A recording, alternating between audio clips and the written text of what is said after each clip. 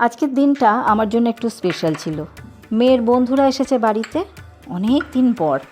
ওদের হাসির শব্দে মনে হচ্ছিল যেন বাড়িটা আবার প্রাণ পেয়েছে। আমি নিজেই রান্না করেছি, কিন্তু শুধু রান্না না, আমার ভালোবাসা, যত্ন আর আবেগ দিয়ে সাজিয়ে দিয়েছি পুরো দুপুরটা। প্রথমে দিলাম ভাত, তারপর আলু ভাজা, ক্রিস্পি করে ভাজা, একটু লবণ আর কারি পাতা মেশানো। মুখে দিয়ে বলল, আন্টি দারুণ হয়েছে।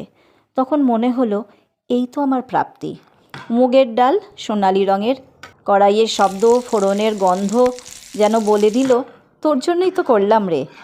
এঁচোড়ের তরকারি, সেই স্বাদ।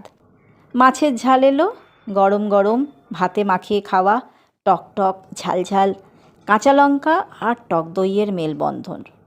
তারপর সেই আহা শব্দ, সেটা শুধু খিদের না, ছিল প্রশান্তির।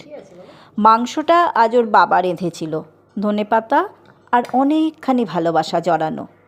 মাঝখানে গল্প চলছিল, তবুও রান্নার গন্ধে কেউ থামিয়ে দিল কথা।